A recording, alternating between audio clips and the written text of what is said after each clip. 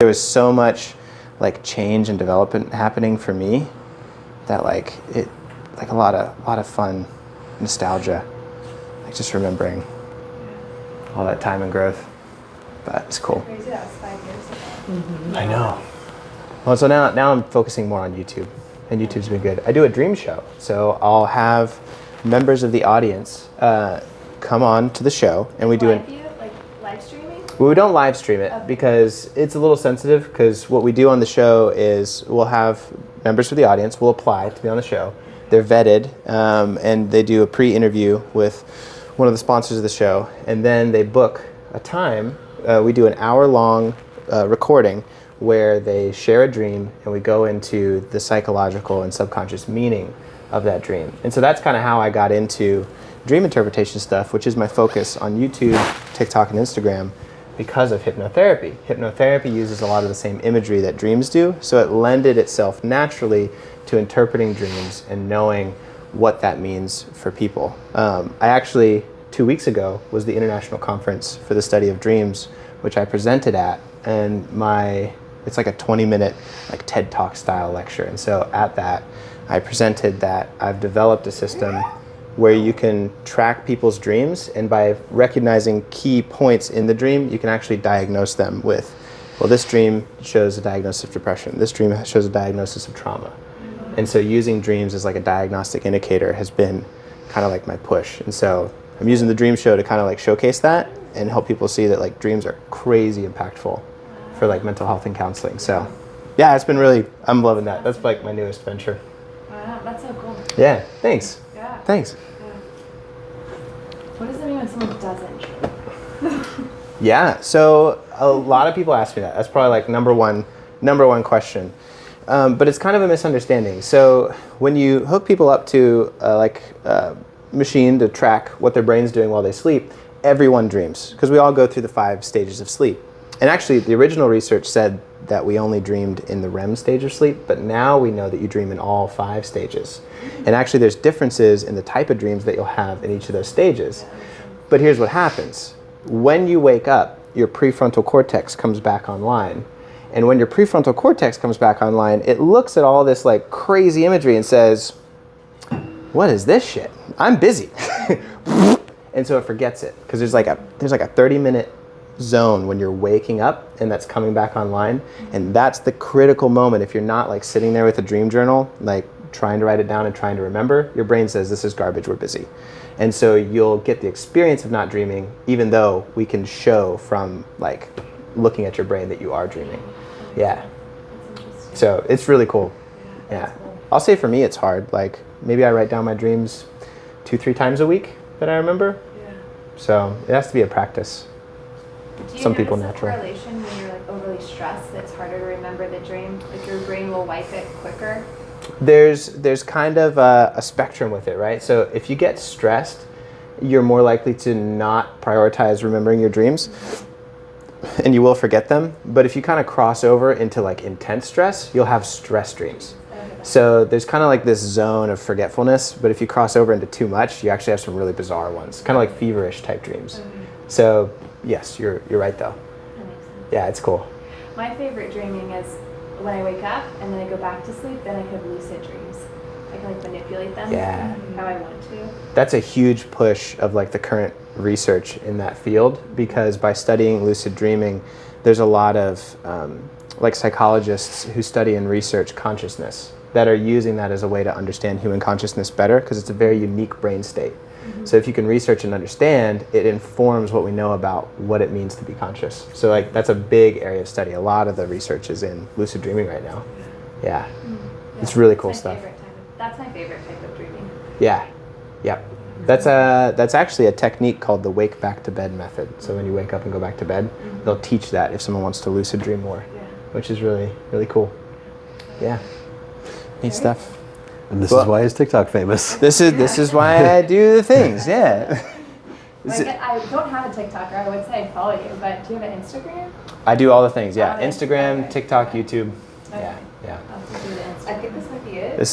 Which is great. Yeah, I guess the other 2 therapists are still with clients, so it'll just be us. I mean, they can pop in. I'm fine. I don't with that. mind. Yeah, if somebody comes in halfway through. Yeah. Sounds great. Okay. I think I might do that. Cool. Well, should we start with introductions? Sure. You want to go first? Sure.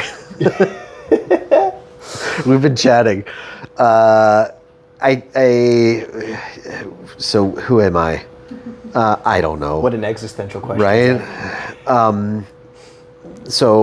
I was saying military brat, and traveled all over. I actually went to school in Switzerland, and what's important for this is that my thesis advisor was actually, they do school a little bit different there. It's like to be a counselor, it's like a degree that's in between kind of a master's and a PhD. Kind of like a ed science, but it's still a little bit different than that. You have to have specialties and all of that stuff. Like you do your grad work and then you work on like the content that you work on. So my specialties were HIV and AIDS and crisis intervention and trauma. And my thesis advisor was actually a student of Carl Jung's. And so he just smashed all of the dogma into me throughout my time there. And that's also where I started working with the military because previous to that, I had been working for the Department of State and wanted to be a diplomat. But I don't know what I was thinking because I am not diplomatic in any way. I guess we all find ourselves along the way. And most of the time through doing things that we should not be doing. Oftentimes. And working at the UN, doing debriefings for people coming off of mission, as they say instead of tour, got me really passionate about, and working with a lot of sex workers too, got me really passionate about trauma. And then when I moved here, started working with military, specializing in trauma, learning everything that I could about especially complex trauma before we had that language. And fast forwarding, and actually there's big updates. I don't even know that I've told you all about this, but I was there at the hospital after the Pulse shooting, working with hospital staff, and then they moved us to the hotel across the street. And so I had the privilege of talking to families and notifying families about deceased and injured persons. And the big thing that I learned from the Pulse shooting was when people say that they are trauma informed, they are not trauma informed oftentimes like I would like them to be trauma informed. And then I had just recently taken work with our mentor and gotten certified to be a hypnotherapist, and was like, what do we do? And at that point, that's really where trauma-focused hypnotherapy came from, in kind of starting to build best practices for hypnotherapy, looking at how some of the therapies that we already do, like EMDR. I that's somebody's EMDR lights, right? Yeah.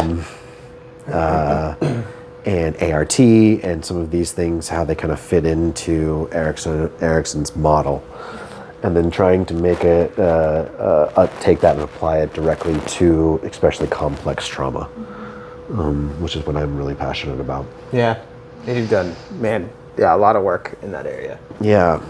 Now I do a lot less, and I mean, even as of like this week, committed to doing even less work as a clinician, and much more work doing some other things like practice building, work with group practices, and education stuff, because I feel like my time is better applied in helping especially young therapists than just seeing individual clients. And you've built a bunch of companies around that. Quite a few. Yeah. So I'm Jesse Lyon. I own Lyon Counseling and co-founded Trauma-Focused Hypnotherapy with Zach. And so I took, same mentor, but I took the course starting when I was a student intern in grad school.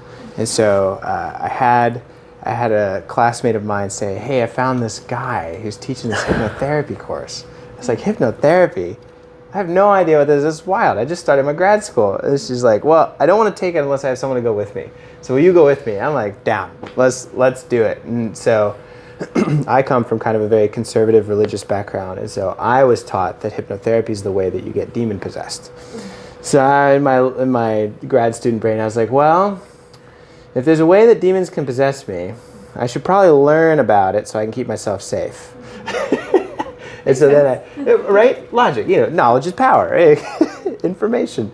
And so I took the course and very quickly realized like, whoa, okay, this is nothing that I'm being taught in grad school. And this is profoundly impactful because it interfaces with the subconscious part of the brain, not so much the CBT cognitive stuff that I was being taught in school. And so I was just forever grateful that I had that kind of serendipitous interaction to get into hypnotherapy because it gave me an underpinning for the rest of my education that I do think set me apart from my peers in some very dramatic ways. And so that stuck with me and has been a big part of my practice. And I think one of the ways that it's helped me a lot is dealing with complex trauma, but specifically on the dissociative side of the spectrum. So I work a lot with multiple personalities, DID, and schizophrenia. And so understanding what the mind is trying to do when there's no real seeming conscious sense behind what they're saying and doing has allowed me to be effective in ways that other people have struggled with. And so I also had a very difficult internship experience, and so I think that motivated me and inspired me to create a better internship experience for others. And so founded Lion Counseling and am a supervisor for interns and have been educating other counselors and my interns on how to work with trauma effectively. I think what really motivates me a lot is that when I talk with other counselors, I'll often, come on in. Hello. Hey. Welcome in. Good. I'm Brittany. You can come on through. Nice to meet you Hi, guys. Brittany. I'm Zach. It's good to meet you. Sorry, You're good. Thank you. Yeah. Thanks for Hey. coming. Yeah. Thanks. I have we make a lot of like podcast and YouTube stuff. So I was Okay. like, it's just on us. So if it's cool with you, we're just like, if a good question's asked, we'll usually take it and put it on YouTube Yeah, or no, something. you're good. You're good. Just stick your head in. Yes, thank you. You're welcome to. I'm down for it.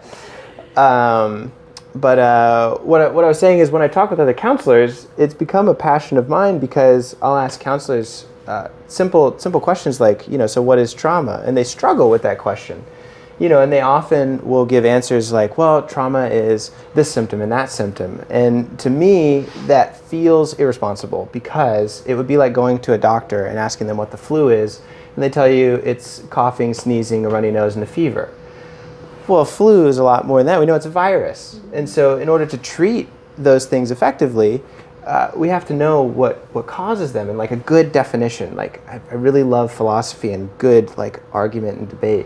And so we have to start by defining our terms. So for me, what we're doing with trauma-focused hypnotherapy is the missing part of the education for let's define our terms and understand what this is so we can proceed well with tact and with help. So that's been really big for me is like the educational part, helping people understand what this is. So that's the Lion Counseling part, I think. Did I miss anything? Well, what is trauma? The definition of trauma? Social media. Yeah, I do a lot of social media stuff too. But let's start with trauma. So in trauma-focused hypnotherapy, we've come up with the definition for trauma that has worked very, very well. It's not just the symptoms. But trauma is a non-consensual ripping away of an identity. And so if you think about that, a non-consensual ripping away of an identity. As we go throughout our lives, we have experiences. And from those experiences, we identify and understand who we are. You could think about attachment theory or IFS stuff, right? We figure out like, okay, mom and dad said I was good at this, and mom and dad said I struggled at that. We develop this understanding. But as we go through life, we'll experience big events, traumatic events that fundamentally shake and rip away our understanding of ourselves, and we're left with this gap. Well, who am I?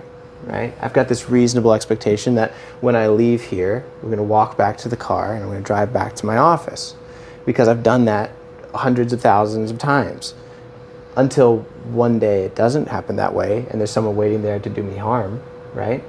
And then, well, who am I, right? I have, I'm an American citizen, I'm gonna be safe, I've got police, I'm in charge of my own life until all of that's taken away. Yeah.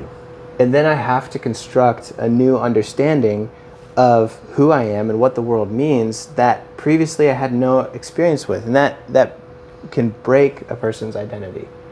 And the way that I see it specifically with complex trauma, I think about the sexual abuse survivors that I work with a lot. The mind, in an attempt to really help someone through, makes some little mistakes that are really impactful.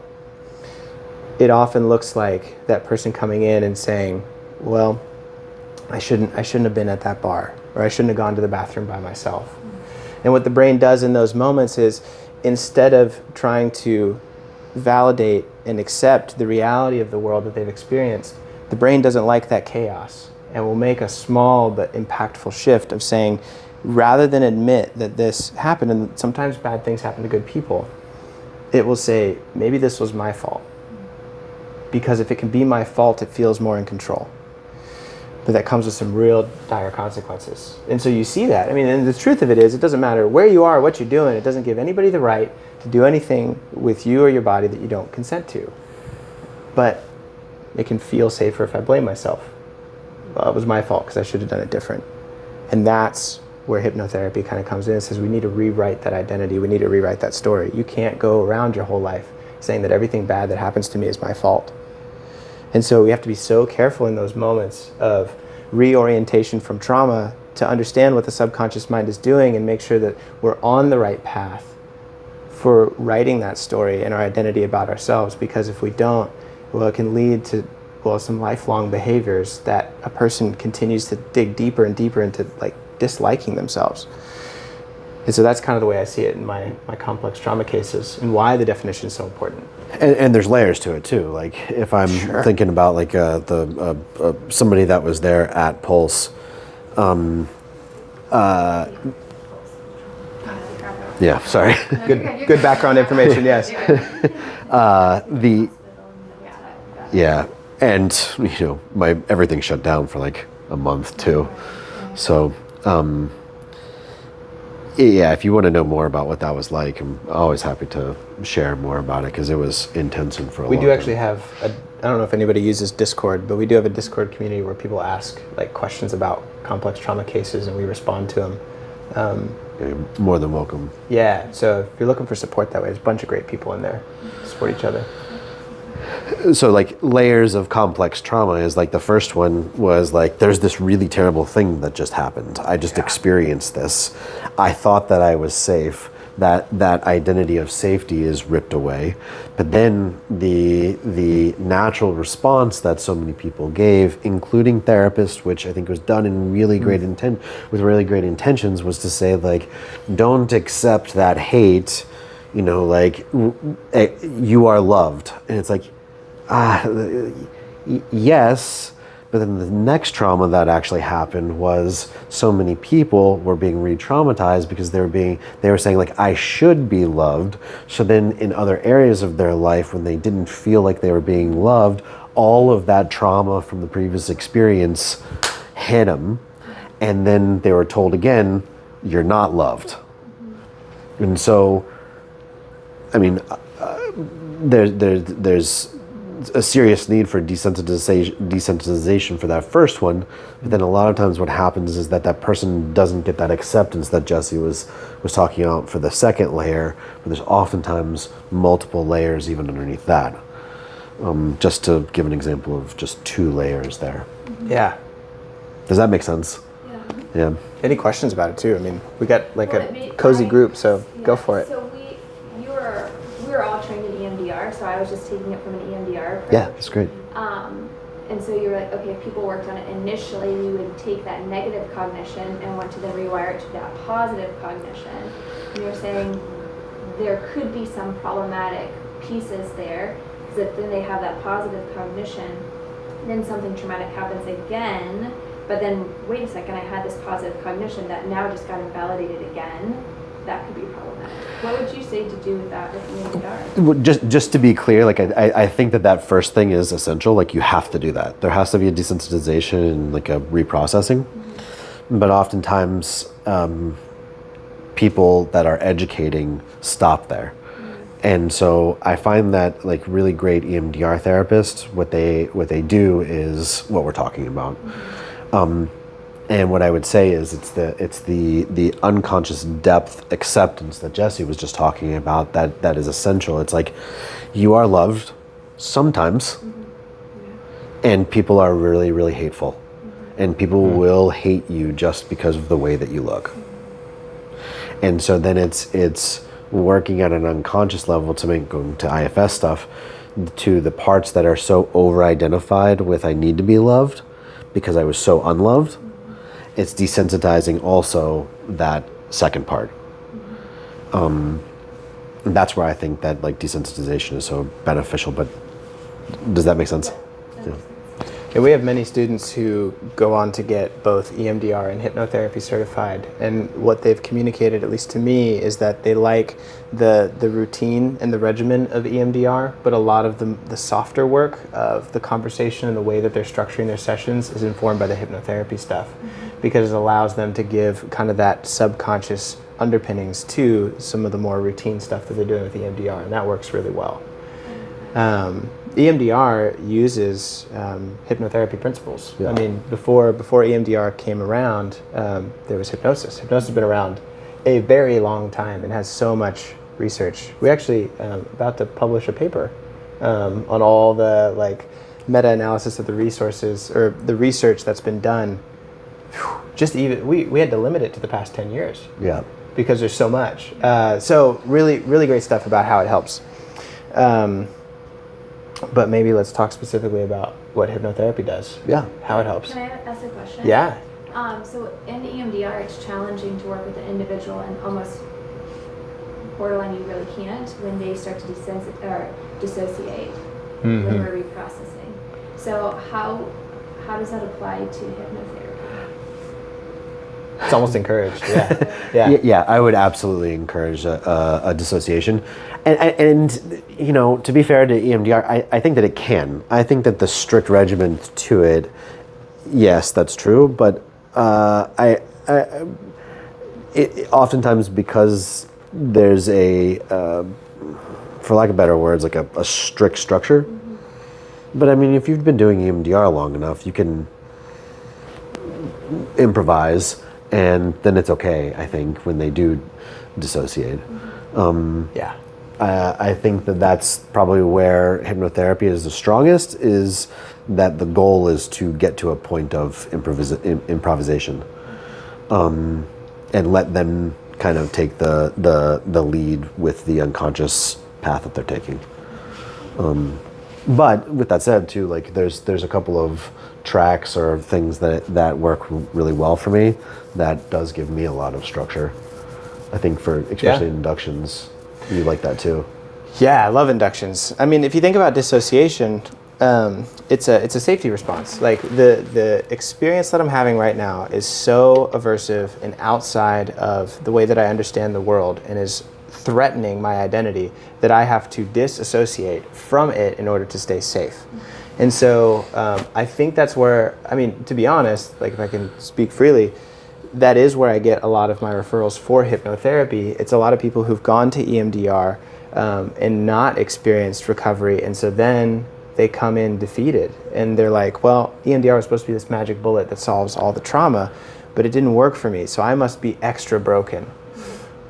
And so I'm like, no, there's some ways to handle this that are really different. I don't need you to stay consciously intact with me in order for this to work. Like, we can do this in a way that's much more authentic and empathetic to you. You don't have to go through the routine. And hypnotherapy gives you almost the more philosophical understanding to be able to apply that in a way that's more authentic to both the counselor and the client. So I've got some hypnotherapists who are very CBT, like solution-focused hypnotherapists. And I got other ones who are very much IFS somatic hypnotherapists.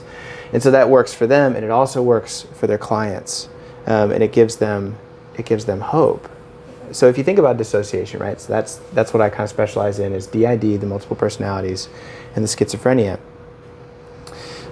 the brain is still communicating, but it's overloaded to where it can't communicate cognitively, prefrontal cortex stuff. And so this is still operating and trying to process. Very similar to dreams. We know that the very first symptom of PTSD are the PTSD nightmares. That's actually the first thing that they look for because it can indicate that full PTSD is developing.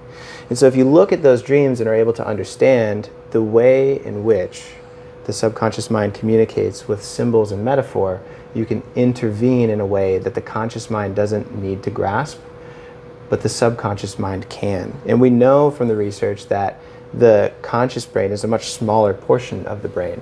I think there's the myth that flies around that we only use 10% of our brain, which is totally false. But it comes from the truth that is prefrontal cortex about 12% of brain matter, and the other 88% is unconscious. And there's nothing mystical, magical, or spiritual about that. It's just automatic processes. My heart, my emotions, my memories, they're automatic. You can't control your thoughts, desires, or emotions. They just happen. And so hypnotherapy allows a way to interact with that directly while still allowing that conscious mind to dissociate because it's overloaded. I want it to disassociate.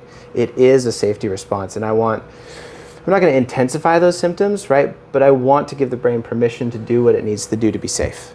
I don't need you to hurt yourself in order to recover. Mm-hmm. And that's, I think, kind of the magic of why I like hypnotherapy so much.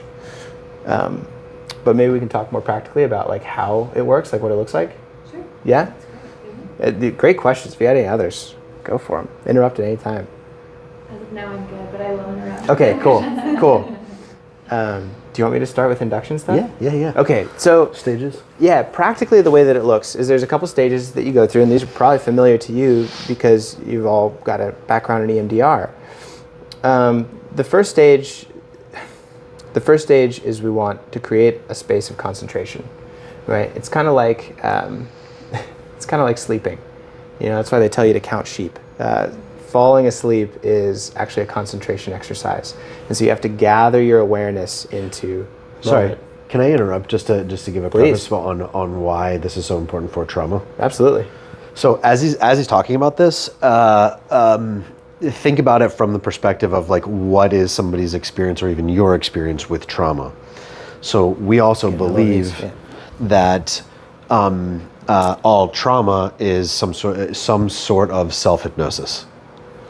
So when I'm traumatized, to make, yes. I have hypnotized myself in a way that is not conducive for me to live my authentic life.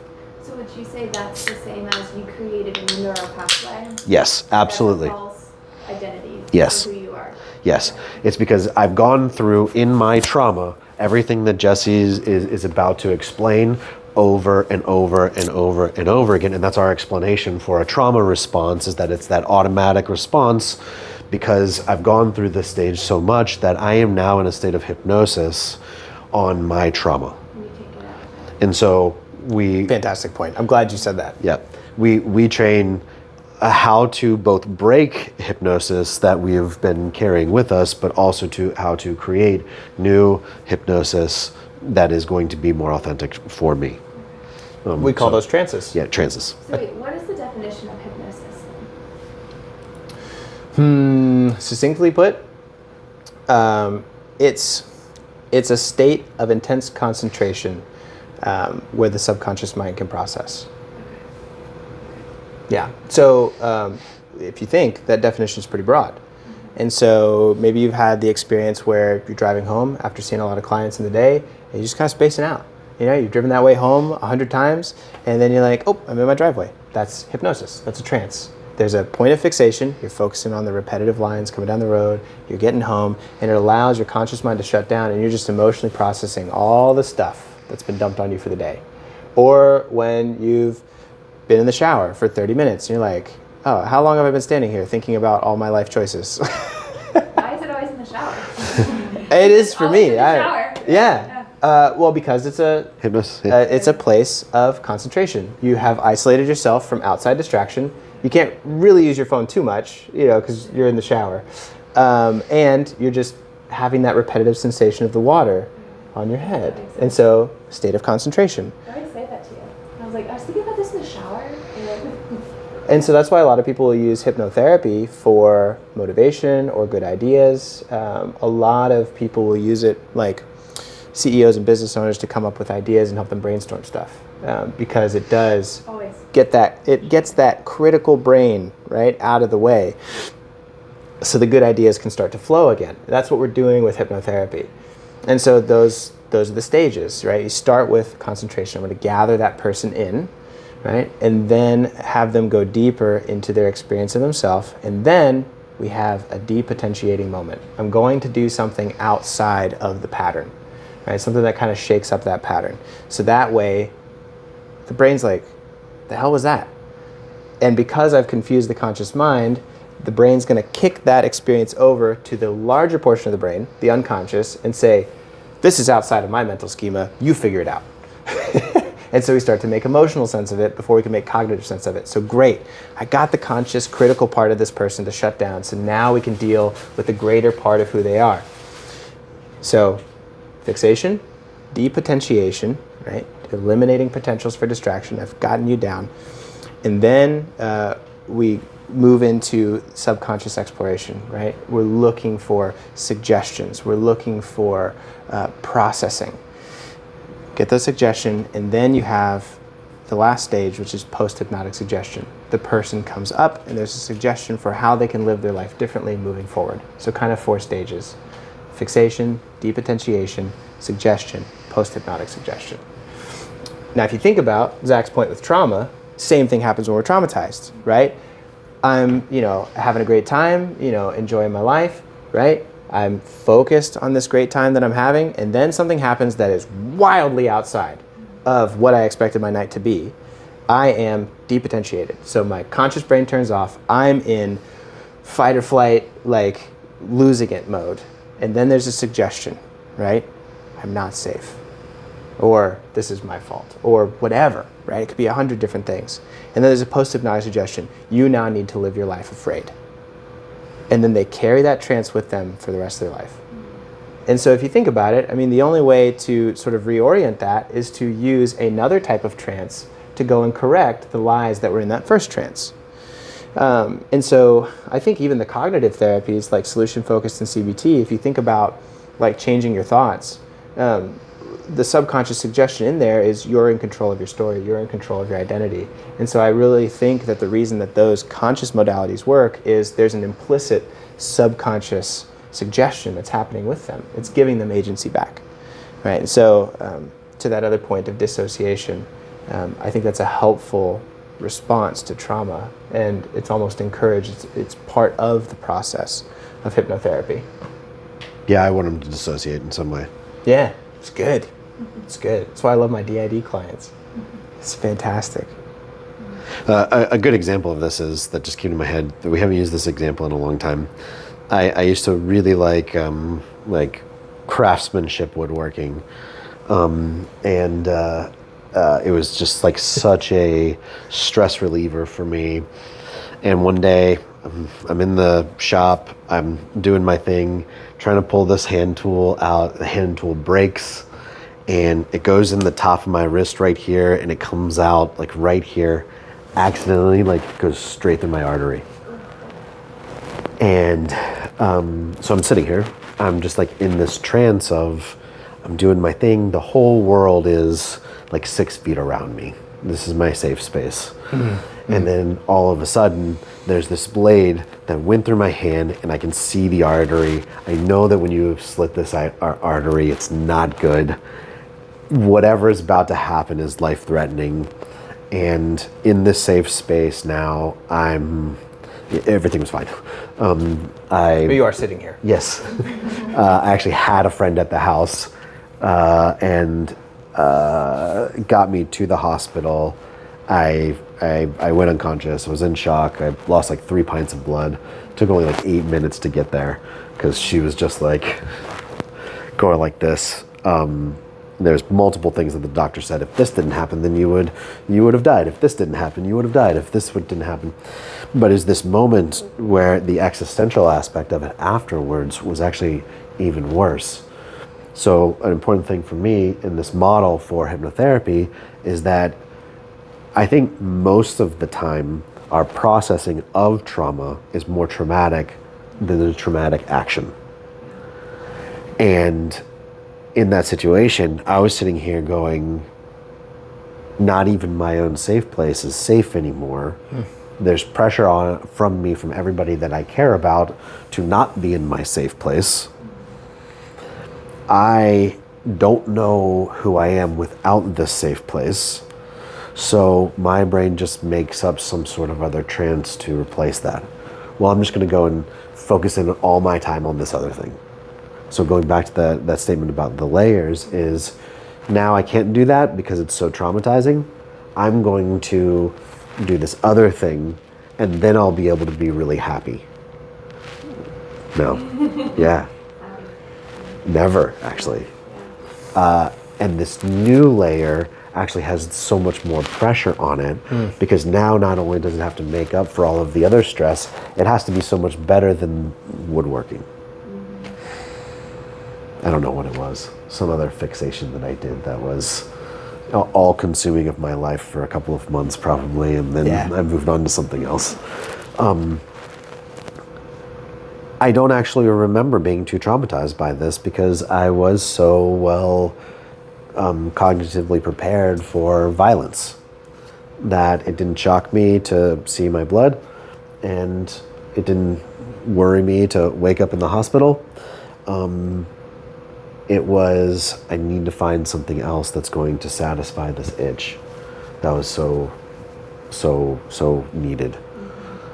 I remember you telling me the story about how you used hypnosis to help you get through that experience. Like, you hypnotized yourself. On the way. And the doctors commented, they're like, we have no idea how you kept your heart rate so low.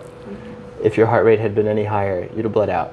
They told me it was 39 beats per minute. For an adrenaline dump, because you just shoved something through your hand, 39 beats per minute is pretty good. Yeah.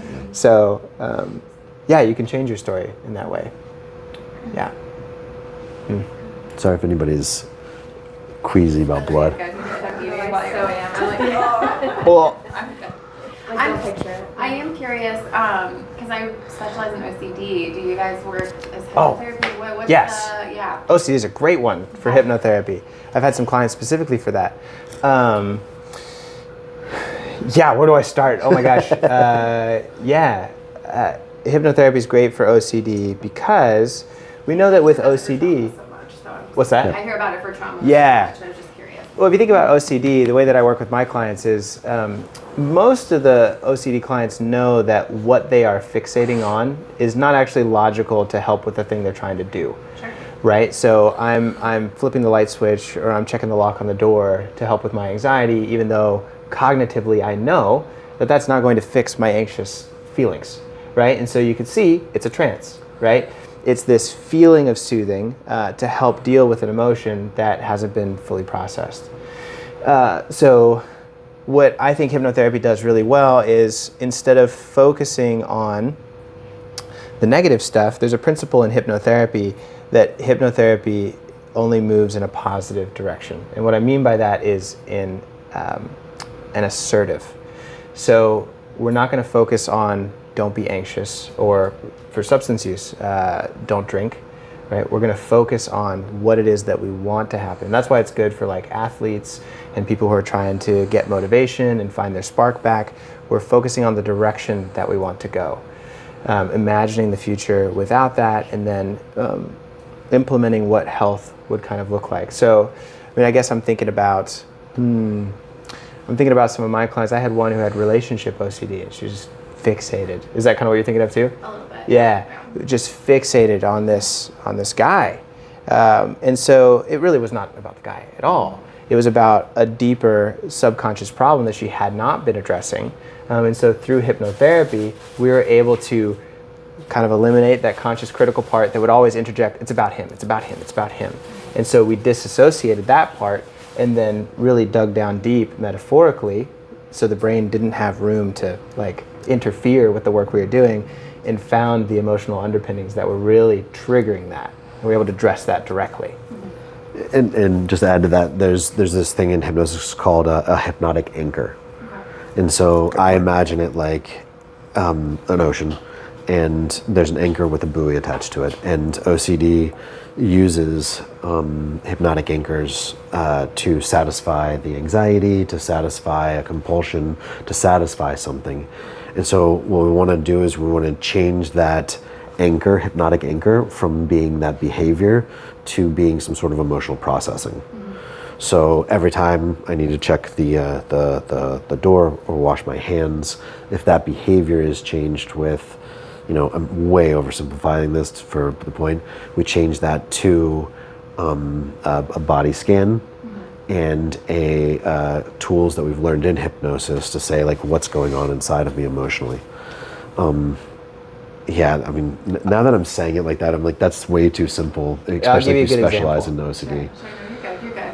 Well, because it's just that, with OCD, it's learning to live with that uncertainty. So, like, the comfort in the uncertainty is the... But what's the story we're telling ourselves about the uncertainty that may not be functional? Because you can't just tell someone, we'll just live with trauma. It's like, that story's not going to work.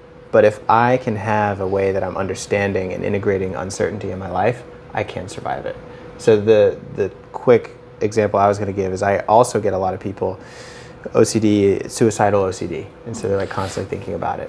And so oftentimes when I work with those, not every time, but oftentimes, the suicidal OCD is actually because they went through a very significant life transition and they don't know how to cope with it. And so they think about suicide, and if we look in the trance, what usually comes out is you do want to die, you do need to die, but not the body, your old way of living. And so you're struggling really with grief to let go of your old life and to take this transition into the new step of your life. Every time you have a suicidal thought, understand and integrate it in the positive way, saying it is good for me to die to my old self and to be reborn as this new version of myself because it's time for me to move on. And I've had so much success working with suicidal OCD because in the trance we find out that that's really what's fueling that OCD. So that may be a good very specific example of what that would look like. Yeah. So then it goes from suicide at being the hypnotic anchor to almost being a celebration. What is my system saying I need to change? Yeah. Yeah. Do you all have 2 p.m.s? I do. Yeah? Yeah. Well then, so for a minute, let's talk about the course and what it is. Yeah. And kind of why we're here. Can I ask one quick question? Yeah. I work with individuals on the spectrum a lot, and so where do you see hypnosis come in with individuals on the spectrum? Because obviously there's a lot of co-occurring diagnoses. Do you have a 2 p.m.? You gotta get. I do. Oh, okay. All right. So we gotta get to both these quick. It's very important to me because I have a diagnosis of ASD1. Okay. Is it true? Yeah. Yeah. So it's been very important for me. So Zach, does it work well for you? Yes. Great. I have ADHD. Your Works great for me. Yeah. Well, the reason why I ask is there was an individual that I had worked with, and when you're talking about the suicidal OCD, they came to mind. Oh, yes. And they're incredibly rigid. And so being open and, I want to take this journey of hypnosis is something that they would have a really hard time struggling with. They've tried ketamine, being under and taking ketamine to try to work through some of their trauma. Their psychiatrist prescribed at the time, and they hated it. They hated feeling out of control. And so I'm hearing, and correct me if I'm wrong though, in hypnosis there is a level of letting go. And so I was curious. Ooh, not always. So actually that's a great point. Okay. I actually had a client just yesterday that I used hypnosis with, very similar, they're ADHD. And so there's no failure states in hypnosis. We're going to go into this and your mind is going to sabotage this. That's the point. By sabotaging the work that we're doing, it's going to reveal itself the areas that you're uncomfortable with. And so I gave him a suggestion that he would feel certain sensations in his body, and he did not. And he's like, I think I did it wrong. I was like, no, remember I made you promise that you're not allowed to do it wrong. I was like, but I think your body is a bit of a stinker. I was like, you specifically get uncomfortable when it comes to your body. There's something there, we need to press further. And so I was like, notice how much control you had. I gave you the suggestion to experience this in your body and you refused it. You are in control, and that tells us something very important about what it is that you're struggling with that you haven't found an answer to anywhere else. So no, not necessarily. If someone does want to let go and find themselves, that's good too, but I wouldn't say that's necessary. Yeah, that feeling of disconnect Mm-hmm. with their body, that's pretty congruent when I'm working with Yeah, them. and that's such a great place to start to help them find what's going wrong. Yeah. So the elevator pitch, since I got to let some of you go. Zach and I run TFH, which in the state of Florida, in order to practice hypnotherapy, you have to complete a 50-hour course. And so Zach and I have created that course. It can be taken online. We also have quarterly meetups where there's a lot of support of other hypnotherapists and those who are just interested. We actually have our next one July 19th. It's in the morning, breakfast is provided, so if you want to come see some demonstrations, maybe even experience it yourself, don't have to, but that's a great place to network with other therapists who are just interested and other hypnotherapists who are using it. Oh, you are going fast. I want to write this down. Yeah, we'll probably send a follow-up email. I'm going to send you the slides. Okay. Yeah, we didn't do a projector thing, but I'll send you the slides if you leave your email. But I mean, the whole reason we're doing this is we really believe in the work that we're doing, and we really encourage everyone to take the course, because it's been just so transformative for our practices. So we're trying to share that good stuff with everybody. But yeah, any last questions before you gotta go? I mean, I'm good to stay for another few minutes and answer questions, but. Yeah, we usually start 10 past, so I can, yeah. Oh, great. Okay, cool. Yeah. I was like, oh gosh, it's Yeah. 2:01. I'm so sorry. You're good, yeah. Yeah, anything to add? The 50 hours counts as CEUs, so that's really great. Mm-hmm. You're certified, and it attaches to your license too. So It's one of two certificates that are actually not privately certified. They are certified by the Department of Health. yeah, So it actually becomes part of your name, like your license becomes part of your name. And is that for mental health counselors and clinical social workers? it's actually And- anyone in the Department of Health. Yeah, we can, our CEUs account for doctors, nurses. Dentists, chiropractors. Yeah. We talk with big silly grins on our face. We talk a lot of smack about EMDR. It's great, and I've got EMDR therapists on my team. And Zach, you do too. Yeah. But it is different than EMDR because it's not privately certified. So it's only sex therapy and hypnotherapy that are recognized by the state as special credentials that have to go through a rigorous routine because it's been around so long and it's so well researched. So our course satisfies the requirements in order to practice. Actually, my EMDR instructor, I guess is the term, was a hypnotherapist. Yeah. And that was the first time I really engaged with it at all. There's a lot of overlap. Yeah. And I was Well, it comes from it. Yeah, I EMDR had came no from idea. hypnotherapy. Yeah, I was like, Piggy is what the hell is this? That was pretty cool. Yeah. To somebody that doesn't know anything about either one, I always explain our course is a breadth of all of the types of hypnosis. EMDR is very deep in one of those Yeah. forms, the desensitization part of it. Yes, So- that's a good way to put it. Which I think if you fall into that category, man, EMDR is fantastic for you. But if you're outside of the category, some of the flexibility can be lost. And so this course teaches the flexibility to deal with the dissociative clients, the neurodivergent clients, the OCD clients, substance use, the chronic smoking, the fear of flying, all of that stuff. Chronic pain, we do a lot of chronic pain stuff. Fabulous for that. It gives you that broad spectrum. And that's what we like about it. Do So. you guys jump right? Is it one? Because what I'm hearing, and again, I can remember it, I'm sorry. Yeah, good. It Sure. seems like it's something that does require the client to have, and I work a lot with kids too, that the client has Me too. insight already, right? So with hypnotherapy, are you guys jumping in first, second session, jumping into them? Is there no kind of is there no work up front that needs to happen about gaining those insights first? And I don't know enough about the modality, so I'm kind of, that might be a weird question, but. I don't think that you need any insight to do it. It actually may make it worse. Yeah. We're no, we're It gonna can be get right into this. suggestive. I don't want you to think about this too much. That's the problem.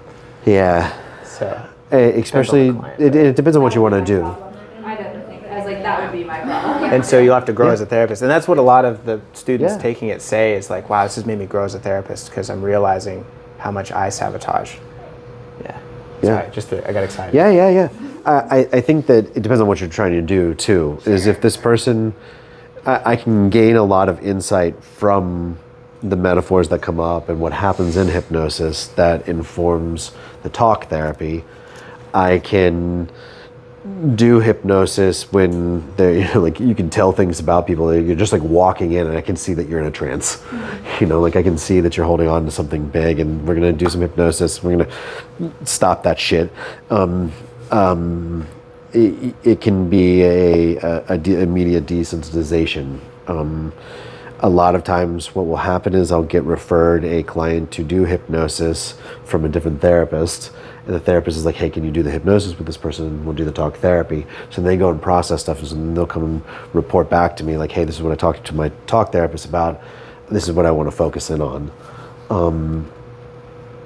So I say yes, but it also depends. Sure. I have a question. Yeah. Because I feel like in the world of hypnotherapy, there's a lot of negative stigma, right? Like, I don't know if anyone else feels like this. Yeah, Where it's like I do. there's always a lot of negative views on it. So, and not saying that I'm for it, but what would you say to somebody that came with a lot of skepticism of like, does it actually work? Because like when I think of hypnotherapy from like the 50s, right, you have like the watch going back and forth and stuff. So that's what pops in my head. Yeah, so like how would you... Does that make sense? Hey, yeah. I'd probably just pick like whatever it is. Usually when somebody says that, it's coming along with a trance. So they say, I don't want to cluck like a chicken, and then I point out about how they're really fixated on that situation. That situation might have been very scary for you, and might be very scary for you to potentially be in a situation where you're not in control like that. That's your trance. And point out about almost always when somebody says that to me, it comes with a trance. Yeah. And I address that Negative trance. viewpoint that you're saying. Yeah, I just address that trance and be like, that's what hypnotherapy is. And plenty of people that are stage hypnotists, not hypnotherapists, use that against you.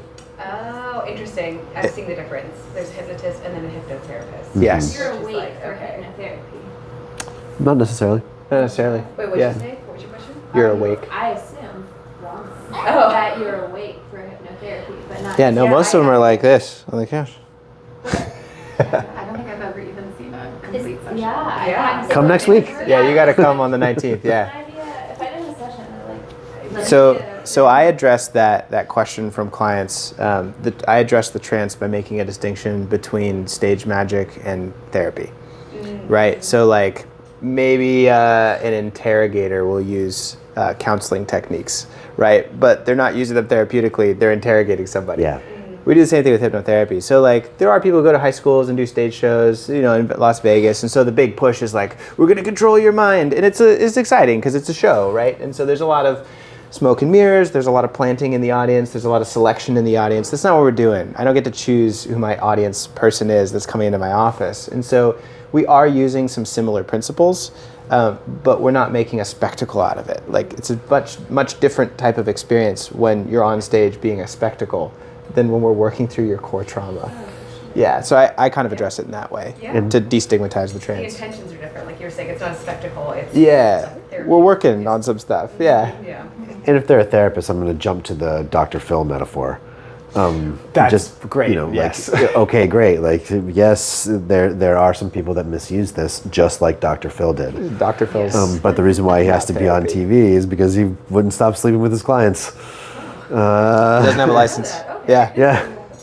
So it's like, just because you're a therapist doesn't mean that you're Dr. Phil, Right. right? Yeah. Yeah. We're not doing Dr. Phil in my office. Thank God. Yeah. I'm gonna run, but thank you guys. Yeah. And I'll Thanks so much for being here. have follow-up email. You said July 19th. Is that a weekday? It's a Saturday morning. Saturday? Okay. Yeah. We'll get coffee good to and meet you. breakfast. Is it okay if I get your email for the slides? Yeah. I mean, should I just get everyone's email from you? Do you just want to give me more cards? Yeah, we have cards downstairs. I can just give them to Emails you. and phone numbers, great. I'll That's follow great. up with you today then. Cool. Thanks. Thank you guys. Yeah. Sorry to run. No, it's okay. great. Yeah. Great.